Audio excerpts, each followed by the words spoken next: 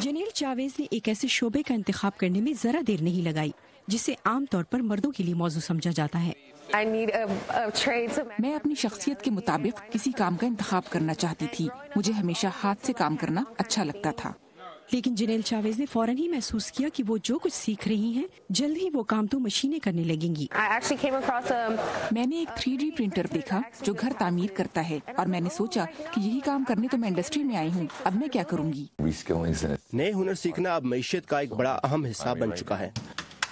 لاس Angeles street technical college سے وابستہ Lawrence Frank کا کہنا ہے کہ اگرچہ کارکنوں کو نئی ٹیکنالوجی کے مطابق چلنے کے لیے مسلسل نئے ہنر سیکھنے ہوں گے، لیکن وہ نوکریاں جہاں انسان کو دماغ استعمال کرنا ہوتا ہے فی الحال تو کہیں نہیں جا رہی۔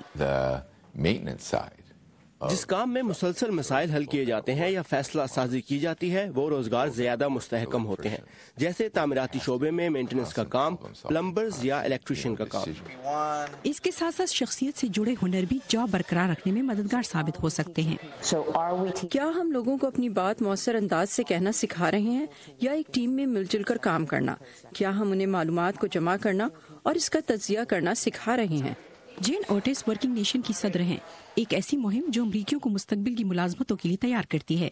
ان کا کہنا ہے کہ امریکہ میں بہت سے اسکولز اور یونیورسٹیز طالب علموں کو تیار کرتے ہوئے یہ مد نظر نہیں رکھتے کہ ٹیکنالوجی کس تیزی سے بدل رہی ہے۔ وہ ایسی چیزیں سکھاتے ہیں جو پرانی ہو چکی ہیں کیونکہ ان کے پاس ایسے ہی پروفیسرز ہیں۔ انہیں بزنس سے وابستہ اساتذہ کی ضرورت ہے۔ لوگ سافٹ ویئر بنانا نہیں جانتے، ہم تو بمشکل کوڈنگ سمجھ پاتے ہیں۔ اور یہ مسئلہ حل کرنے کا ایک طریقہ ہے انڈسٹری کے پروفیشنلز کے ساتھ انٹرنشپ یا ان کی شاگردگی۔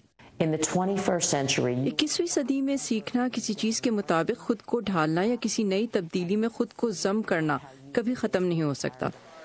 جنیل چاویز کا کہنا ہے کہ ٹریڈ اسکول سے تربیت مکمل کرنے کے بعد وہ کچھ سالوں تک کام کرنے کا ارادہ رکھتی ہیں، جس کے بعد وہ بجلی اور شمسی توانائی کا کام سیکھنے کے لیے دوبارہ اسکول کا رخ کریں گی۔ الزبتھ لی کی رپورٹ کے ساتھ نیلوفر مغل، وائس آف امریکہ۔